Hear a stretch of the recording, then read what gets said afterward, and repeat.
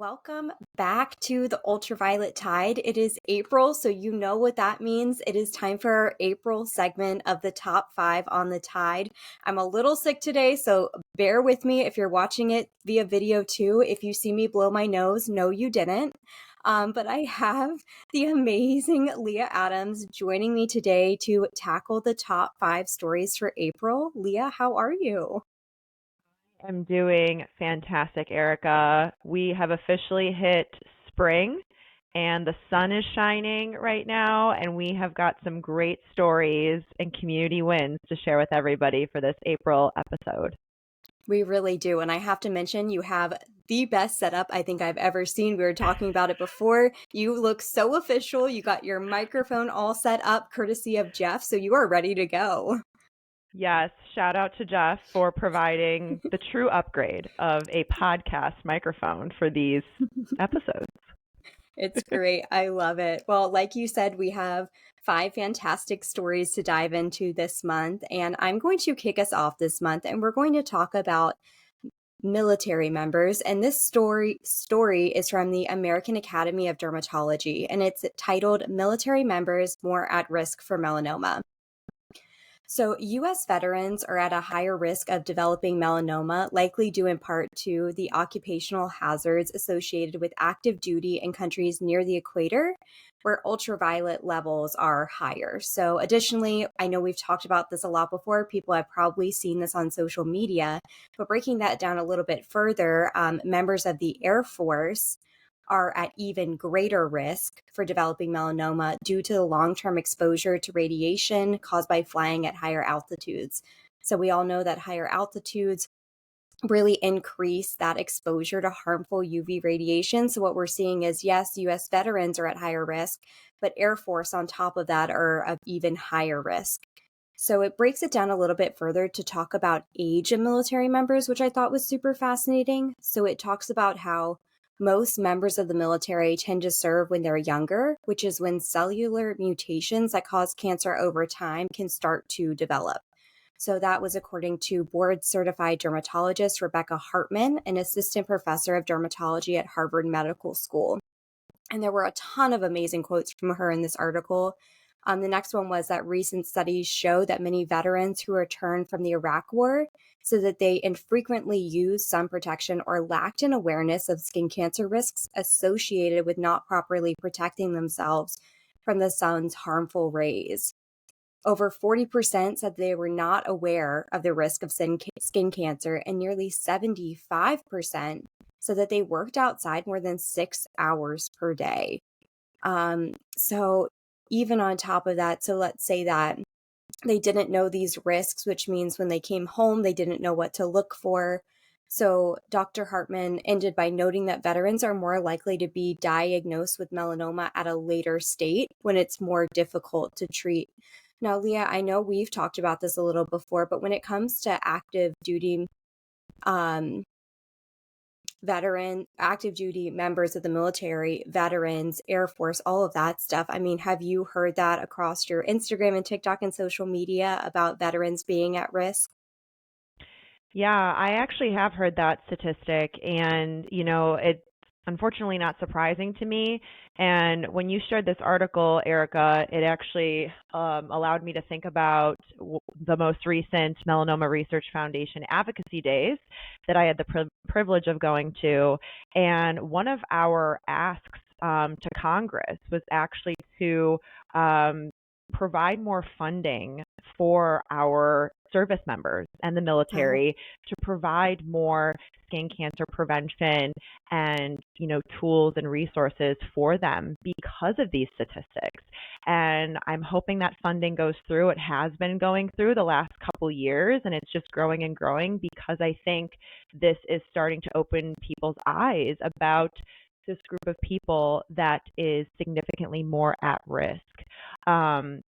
These veterans, obviously, they do so much for our country, but they are outside a lot. They're doing a lot of work outside, and, we have to be sure that they're equipped with the right type of sun-safe products and, education, because it could be a matter of life or death. To your point, Erica, especially when skin cancer and melanoma is caught at a later stage, it is so much harder to treat. And so if we can intervene with this education, awareness, and, information that they can use, we could be saving so many of lives. Yeah, I absolutely agree. Like you said, they made the ultimate sacrifice for us and put their lives on the line. So it's super unfortunate that they come back with, skin cancer or melanoma or other forms of illness from, serving our country and for being there for us. So it's really unfortunate that this is something that, on top of potentially other risks associated with being an active military member, they also have to be concerned about this. But like you said, it brings up the importance of access to sun-safe resources and sunscreen and education. And, even on top of that, we talked about military members, but on top of that, there are other um, workers who are at risk, like agricultural and construction workers, that they are outside 90% of the time because that's what their jobs entail. So I think this kind of surpasses beyond military to other workers who are outside a lot. Like, how can we protect them? How can we educate them? I know I recently shared on my LinkedIn that Carhartt is working with agricultural and construction workers to get them UPF protective gear. And I think that's such a great step in the right direction of like, well, we can talk about the hazards and risks all the time, but like it's nice to see someone actually doing something about it. So hopefully this is a trend toward, seeing action being taken for these members of our community who are at a heightened risk of developing skin cancer. Absolutely. And I did not know that, Erica, about Carhartt. I love their hats. Those beanies are awesome. I have a full collection. But I think that that's super important, a huge brand.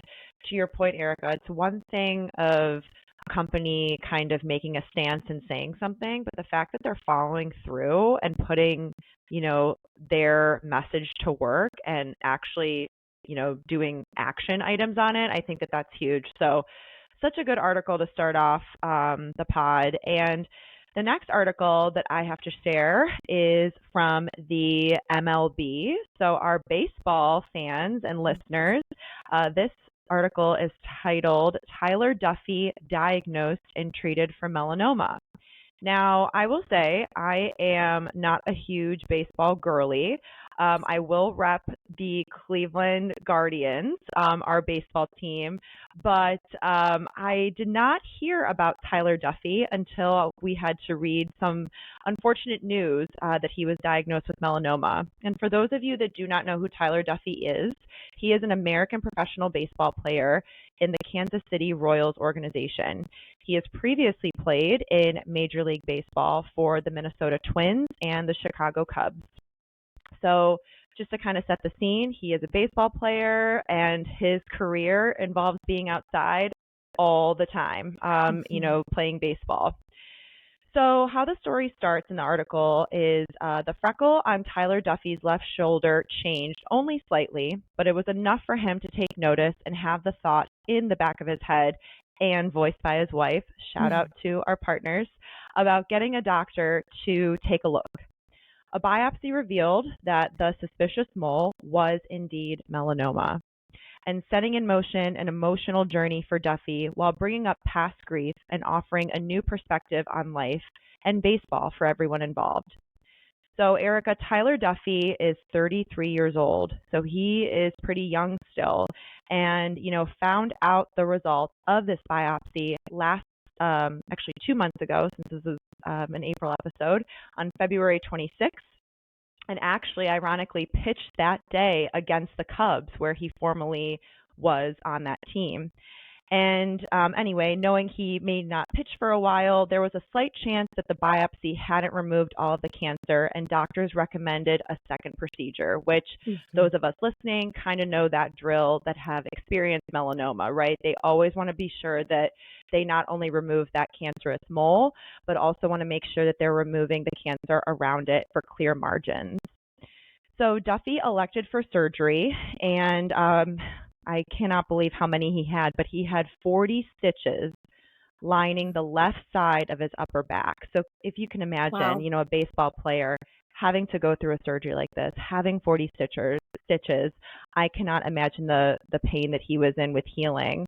But luckily, Duffy, it was caught, and he, after surgery is currently in the clear for now, and will be doing checkups every few months on the schedule. He's still kind of slowly but surely coming back, and hasn't really pitched yet because of healing, but he is eager to return. But this happening to Tyler Duffy, he knew firsthand how seriously he needed to take the situation. And Erica, I thought that this was actually really sweet that both of Tyler Duffy's parents actually had cancer, and hearing Duffy's diagnosis brought a wave of grief along with it. His mom, Shanna, had breast cancer and died of complications from a blood clot in 2012. And then his dad, Tim, actually had melanoma and died in 2021. So cancer and melanoma, this was very close to his heart and close to his story. And so, I guess I'll stop there, Erica, before I go on for a couple other talking points in the article. But did you hear about Tyler Duffy in this news from the MLB? I hadn't heard of Tyler Duffy before, or even this case, which because he was a MLB player for the Minnesota Twins and Chicago Cubs, I know Jen Schultz is probably very disappointed in me for not knowing who he is, but I'm glad I'm aware of this case now. Like you mentioned, he's 33, so he's not very old. And also, as you mentioned, shout out to his wife for, helping him notice the signs of changes and really helping him seek out help from a doctor. I would imagine his family history, with skin cancer, with melanoma, with, forms of cancer that run in his family. I would imagine that he kind of knew his risks and knew that this was a possibility. So he was taking active charge of his skin health. But I agree with you, Leah, that doesn't mean that this isn't probably something that really hits home. It stirs up a lot of emotions and a lot of feelings, but I'm glad that he's in recovery, and hopefully he'll raise awareness and use his story and his case for good. Yeah, and you just mentioned that, Erica, and that's exactly, what he is doing. So the article went on to say that Duffy basically was very open with his friends, asking him, why haven't you been playing? What's going on? And he would, text them back, pictures of his stitches along with his story. So he's sharing, with people in his circle. And ultimately, Duffy says in this article that he wants to raise awareness for what he and many others have gone through. And then there's a statistic that the article mentions from the American Cancer Society that estimates that over 100,000 new cases of melanoma will be diagnosed, which is about 59,000 in men, 41,000 in women in 2024. And Erica, I know these are some statistics that you dropped on our last top 5 on the Tide from the Melanoma Research Alliance article. And unfortunately, 100,000 new cases, and they're estimating around 8,300 deaths from melanoma this year. So the risks increase with age, but it's one of the most common cancers in young adults, which we know. So, my thing is, Erica, when I read this story, as much as I never want anybody to go through melanoma, I also really commend people like Tyler Duffy. He is a male. He is sharing his story. Typically, men aren't always the one to voice what they've gone through and, their pain and their health and their struggles. But he is, spinning this life experience into the best type of curveball situation, baseball pun. And oh man, I try sometimes, but he's doing the right thing, because I think that sharing his story will hopefully inspire and impact other players in the MLB, on people on his team or other teams, to wear sunscreen, wear protective clothing underneath their baseball, uniforms, wear sunglasses, do the best that they can, while they're playing the game. And Duffy was quoted at the end of the article saying, "We're in the sun a lot, outside always. often not even thinking about it, sitting in the bullpen. It's a long day out there, but it takes nothing to get checked. And that's the biggest thing I've taken from it. It's no effort other than showing up. Even noticing the Yeah. smallest of changes can make a big difference. And I love that the article ended with that quote. So shout out to you, Tyler Duffy, for sharing your story. We're sorry that you had to go through melanoma, but we are so happy that you're turning your pain into purpose and, I really absolutely sharing an agree. And having the inspiring strength, story. like you said, to share it even amid family hardship when it does come to cancer is hard, and we acknowledge that.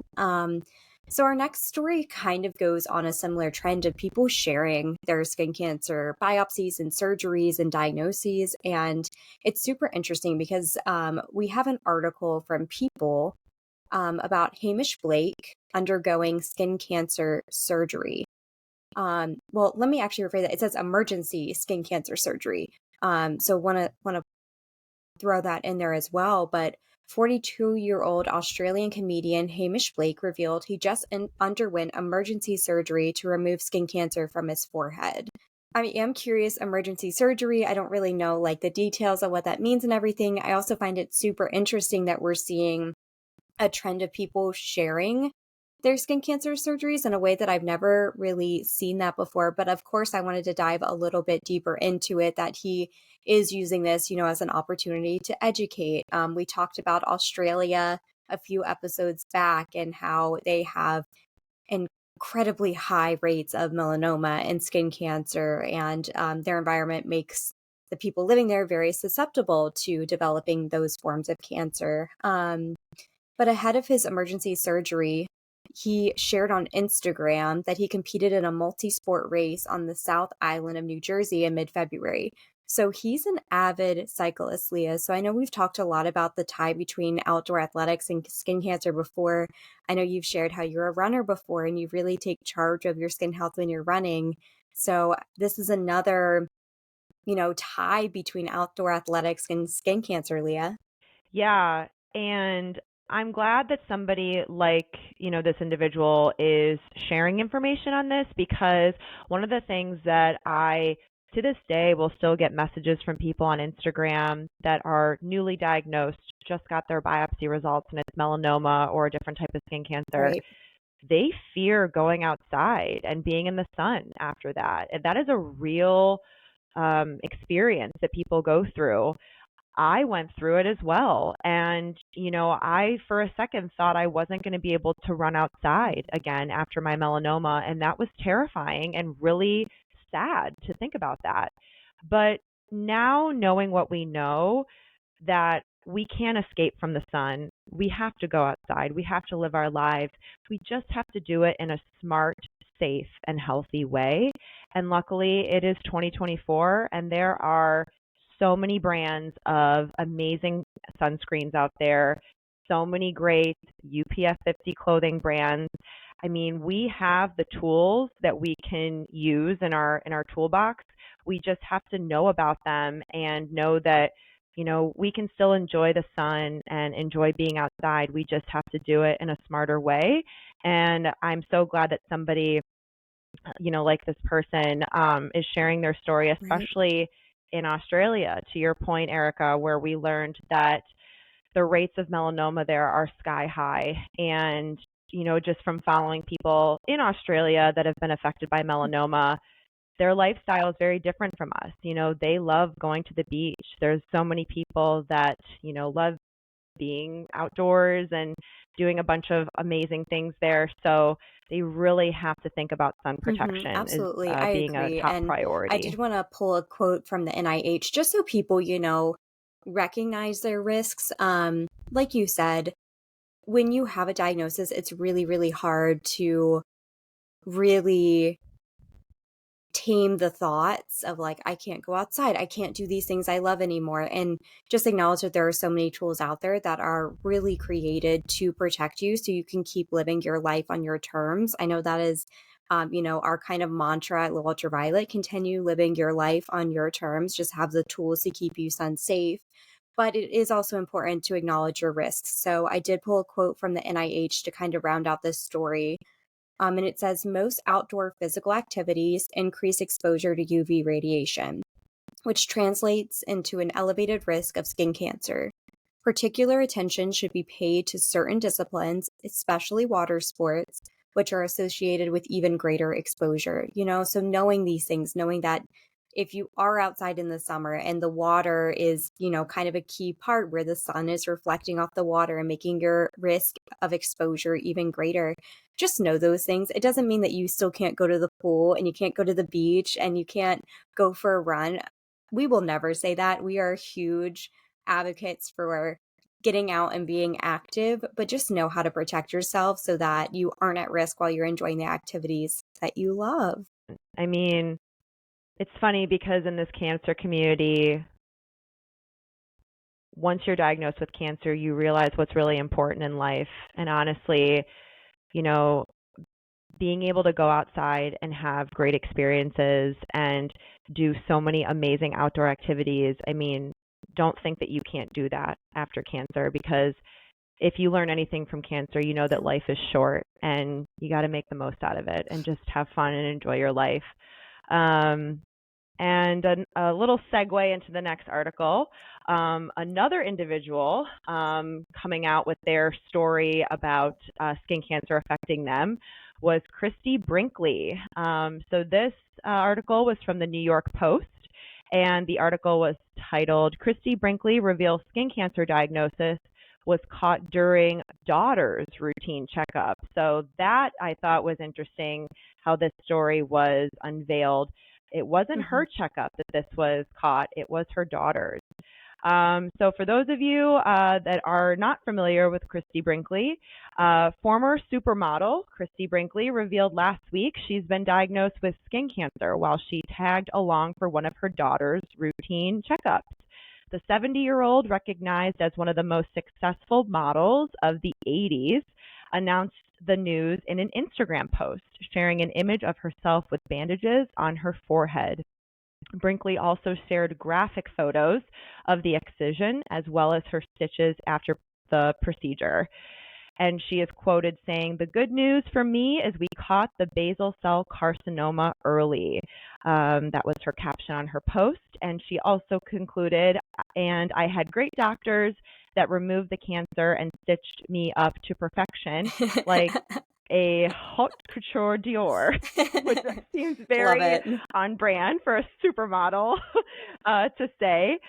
So as she mentioned, Erica, she was diagnosed with basal cell carcinoma on her forehead. And we know this because we take a lot of articles from the Skin Cancer Foundation that basal cell carcinoma is the most common form of skin cancer and the most frequently occurring form of all cancers.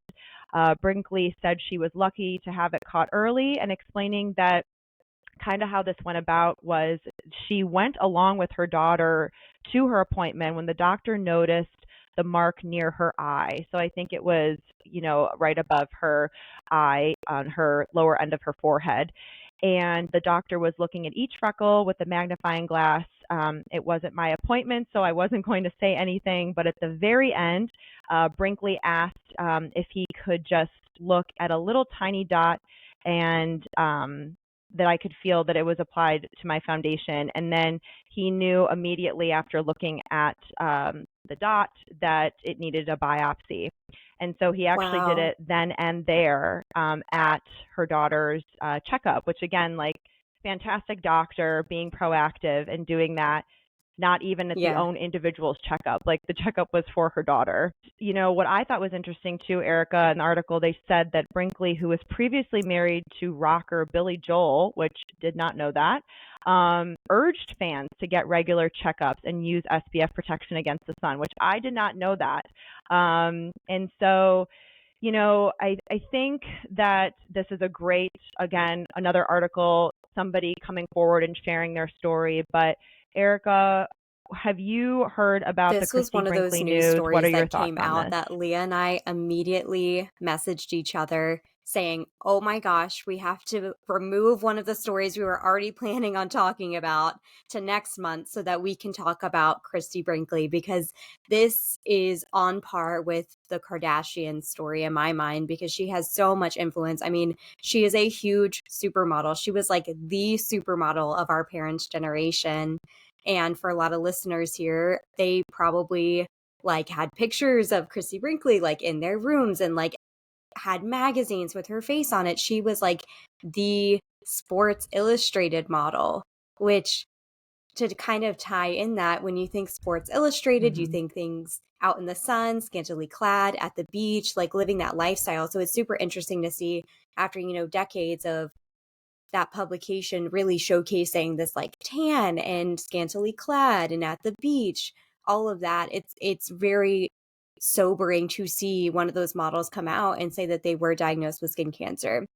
Now, I don't expect her to, tie it and put down the publication by any means. I'm not saying that, but you are starting to see lifestyle changes because media is so strong now and everyone's sharing their story and there's so many sources out there. You are starting to like see a progression of people, from their early teens and 20s and 30s and how they lived, and then the repercussions of that later down the line. People are finally starting to speak up about it, which I feel like is going to make a lot of change. I did know she was married to Billy Joel. Billy Joel sang Matthew and Mai's wedding song. So I did know that she was married to Billy Joel because we love Billy Joel. But that just even more so adds to her influence of she is a huge celebrity in Hollywood and can make great impact. Yeah. I did not know that about you and Matt's wedding song. That is so sweet. And yeah, no, I agree with you, Erica, because especially to your point around kind of how people probably looked up to her, right?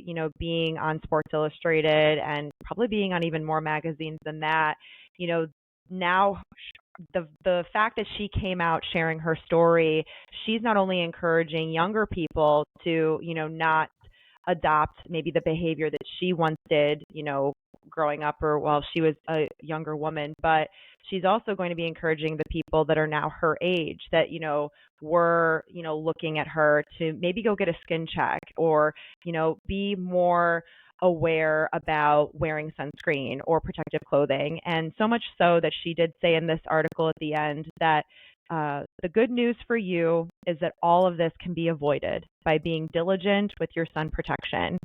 And then she says, I got serious a bit late. So now for this old mermaid gardener, I'll be slathering on my SPF 30, reapplying as needed, and wearing long sleeves and a wide brim hat, which we all know are excellent ways to protect the skin that you're in. And she also concluded, and doing Yep. regular total body skin checkups. That is a must, Yes. which snaps for Christie on that one because, it's not just about doing sun protection, on your own. You need to go see a board certified dermatologist, usually annually, because it's so important. Somebody that knows exactly what to look for on your skin, Yeah, to be absolutely. sure And that one you're last thing I'll protecting your say about largest this article organ. before we'll move on to our last was I really appreciated how this article didn't overly sensationalize skin cancer and melanoma. I felt a little bit with the Hamish Blake article before. They undergo emergency skin cancer surgery and all of those like words for that are kind of clickbaity. I find them a little concerning. I'm not sure if you feel the same way, Leah, but like the emergency surgery and like all of those words that really can drum up feelings of like, this is scary. Oh my gosh, getting a skin check is scary. It's terrifying. It's something, oh my God, I don't want to do it because it's going to change my life for the negative.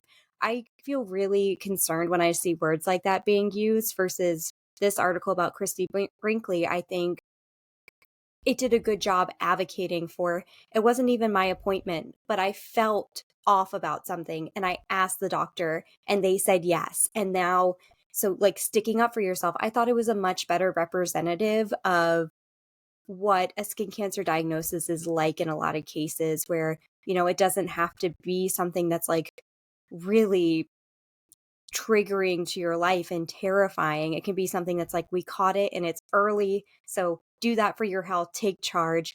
I don't know if I'm alone in that, Leah, but I think sometimes when words are used to overly sensationalize it, it kind of just rubs me the wrong way.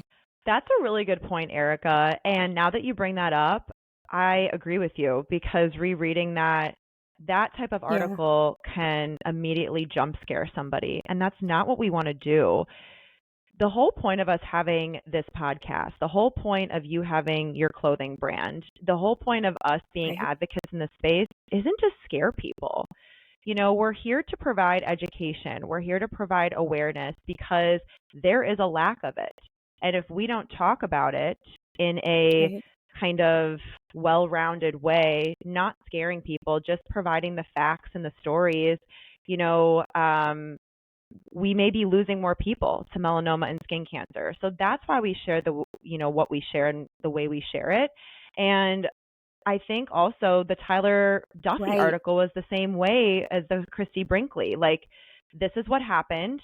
You know, um, it was caught early. It was Yeah. treated.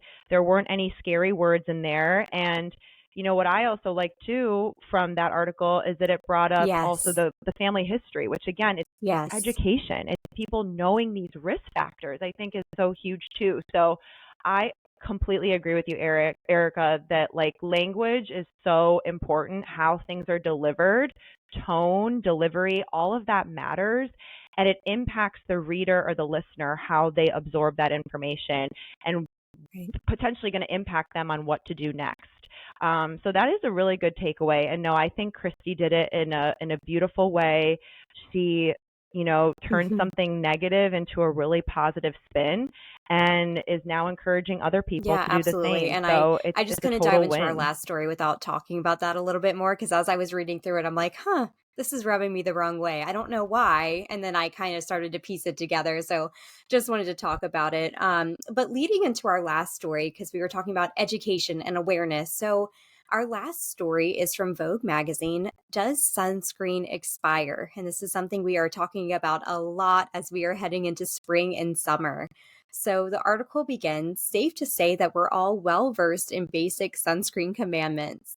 Thou shalt use broad spectrum SPF 30 protection every day and reapply said sunscreen every 2 hours. But something that often gets ignored when it comes to safe sunscreen practices is that tiny little label on the bottle known as the expiration date. And they go on to say, yes, sunscreen expires.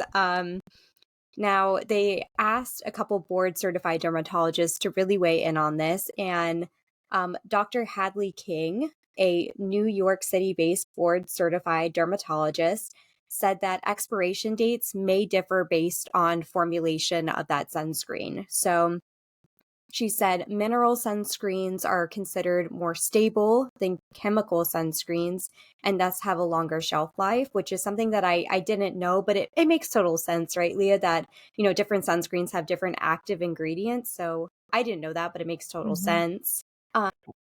King explains that physical sunscreens that include ingredients such as zinc oxide and titanium dioxide won't change their molecular structure when exposed to light and keep ingredients stable longer than those found in chemical sunscreens, which consist of more unstable molecules and can oxidize over time. So, Leah, I know we've talked about this a lot before. How do you check your sunscreen? How do you store your sunscreen? How do you make sure that it lasts for as long as it can, especially with some of the price tags of these sunscreens being a little bit on the heftier side? All great questions.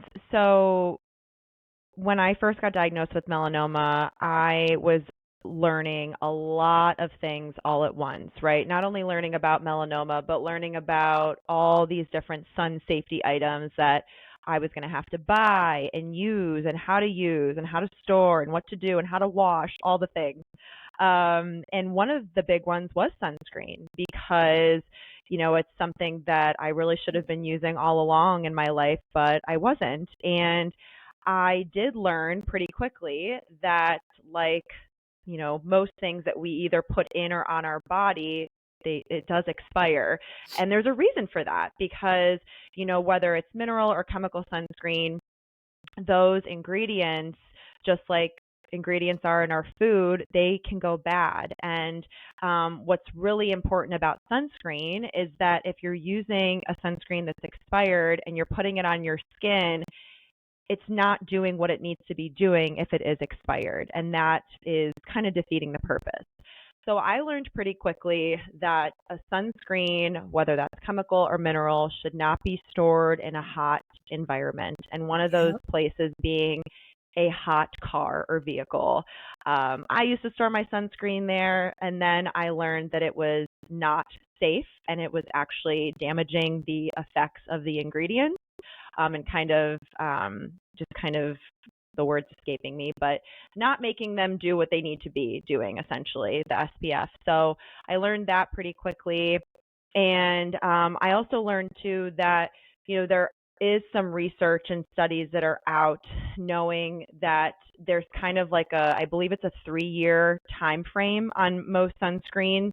I think the Yep. FDA actually regulates that you kind of have to have that 3-year mark window on sunscreens, which I think is actually a good thing.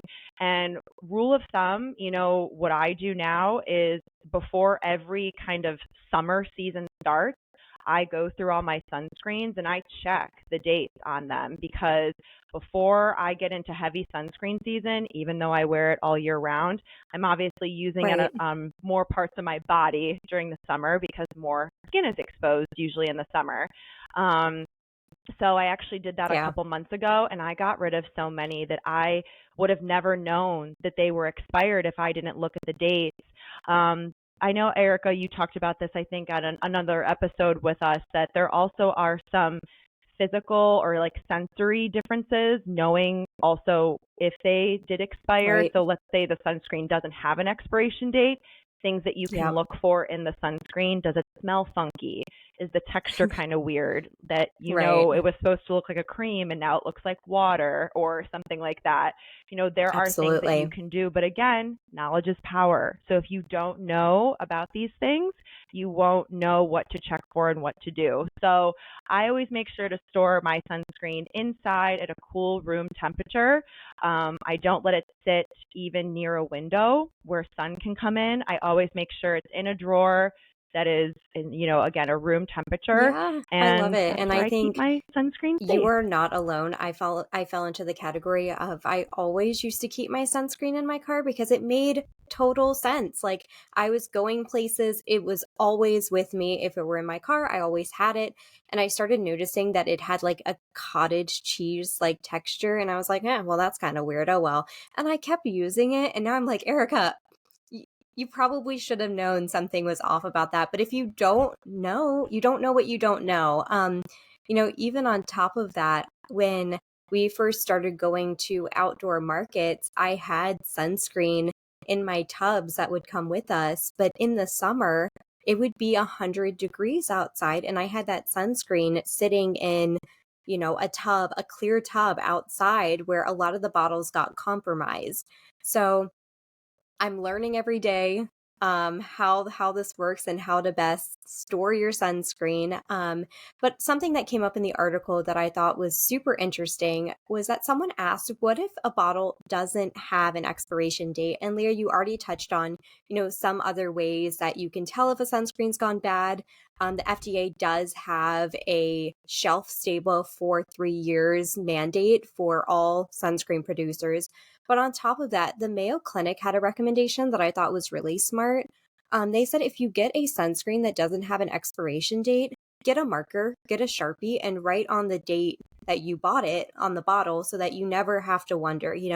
Let's say you go to Target, you buy fresh sunscreen, you might realize that a bottle doesn't have it, you write it in, good to go. You don't have to worry about it. But I'm pretty sure now the bottles do have to have the expiration date on it, so you shouldn't have to worry about that. It should be on there, but if you want, an extra guarantee, go ahead and write it on the bottle just so you know and you're aware and you're good to go. We shared a lot about sunscreen, how to tell if it's expired in an Ultraviolet Tide blog post that I'll link in the show notes. So signs that your sunscreen is expired, like Leah was talking about, if it smells, if the texture's watery, if the texture's clumpy, like all of those things, it really breaks down what you should know. Um, and then signs to toss that sunscreen. But just a reminder that I have to put in there because I own a sun protective apparel brand. UPF clothing never expires, you guys. So if this seems like too much and you're like, oh my God, this is too much to keep up with, it's getting too expensive, buy a UPF 50 plus shirt. Um, where that's protecting you, it is keeping you super sun safe, and then you don't need as much sunscreen, for the rest of your body because that part is going to be covered. But had to add that little side note in there. But definitely check out that blog post on the Ultraviolet Tide. If you're listening to this and you're like, oh my gosh, what should I be looking out for? We break it down for you. I had I to. love the shameless plug, Erica. Yes, Low Ultraviolet has so I many had to. options. So many options for, protective clothing that, to your point, Erica, protective clothing won't wash off if you're sweating or if you get wet. It is there, and it is always a great way to protect the skin that you're in. That is a great sunscreen alternative. Not everybody loves wearing sunscreen, so that's why a lot more people wear more UPF clothing. Again, it's all about personal preference. But yes, sunscreen and UPF clothing are both sun safety wins. But what other wins we have to Yes. share, Erica, are our community wins that we have for the month of April. We have, I think, a whopping 10 community wins to share with all of you today, which I think is a new record for us. So just want to say thank you all before we jump into these 10 wins. And for those of you that are listening for the first time to the top 5 on the Tide, 2 things. 1, go back and listen to all the other top 5 on the Tide episodes if you enjoyed this one. And second, these community wins are something that we have been featuring on the last couple of episodes that really share the good news that is happening with people in our community. So we want to hear from all of you at the end of our episode where we can share some good things that have happened to you in the last month. So it's anything from getting a clean skin check, getting clear MRI, CT, or PET scan results, encouraging somebody to wear sunscreen or wear protective clothing. If you have a really nice, heartwarming story that you want us to share and you allow us to share it on this podcast, we want to hear from you. And you guys are, delivering with these community wins, and we're so happy about it. So I am going to kick off the first 5, and Erica is going to end with the last 5. So the first one is from @Christie Lynn, and she said, just had surgery for my first ever melanoma. Awesome. Found out today, clear margins, which is such a win. Congrats, Christy. That is amazing. Our next win is from @CJD21, and she said she had a WLE, which stands for wide local excision, and she got her results that they came back with clear margins. So another great win. We love to hear clear margins. It's music to our ears. The third win is from @JennaGarcia13, which is a fellow Low Ultraviolet ambassador. We love you, Jenna. She said that she signed up for a cancer crushing 5K for my local cancer center, which is amazing, Jenna. Best of luck. I can't wait to hear how that race goes. The fourth win is from @NewFoundWealth. And they write in saying, a colleague told me today I inspired her to ask her doctor for a skin check and a derm referral, which, congratulations. That is amazing. Again, it's all about sharing our story and encouraging others to protect the skin that they are in.